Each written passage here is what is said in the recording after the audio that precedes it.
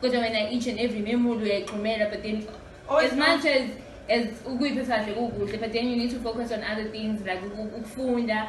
progress every like level up impilo yakhe. It's a good thing ngoba even umuntu phethe kahle uyacanga ukuthi lo muntu ufundile lo muntu njeni uzoshada uzoba right then so there's more things to look up to ushade and then uzoshada ngathi awukazi wayiphatha kahle ngoba uzothembela emuntwini sizalo uziphatha kahle la no that's the thing mulala